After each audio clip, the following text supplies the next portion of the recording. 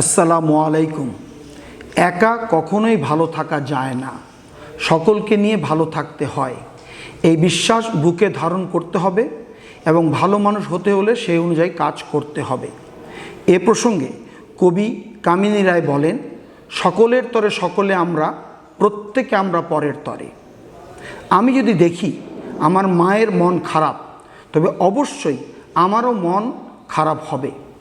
মায়ের মন খারাপ কারণ আমার এক ভাই বড় সমস্যায় আছে। অতএব ভালো থাকার প্রয়োজনে মায়ের কষ্ট দূর করার জন্য আমাকে আমার ভাইকে সাহায্য করতে হবে।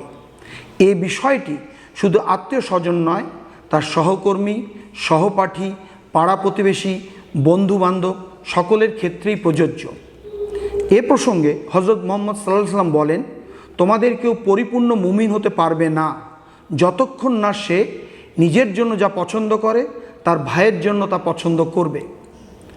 এজন্য মন বড় করতে হবে, দান করার অভ্যাস গড়ে তুলতে হবে, সকল ধরনের স্বার্থপরতা ও কৃপণতা পরিহার করতে হবে।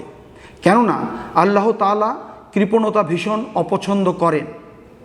এ প্রসঙ্গে আল্লাহ তাআলা পবিত্র কোরআনে সূরা বনী ইসরাইল আয়াত 29-এ বলেছেন, কৃপণ হয়েও না বা অন্যকে সাহায্য করতে অনিচ্ছুক হয়েও না।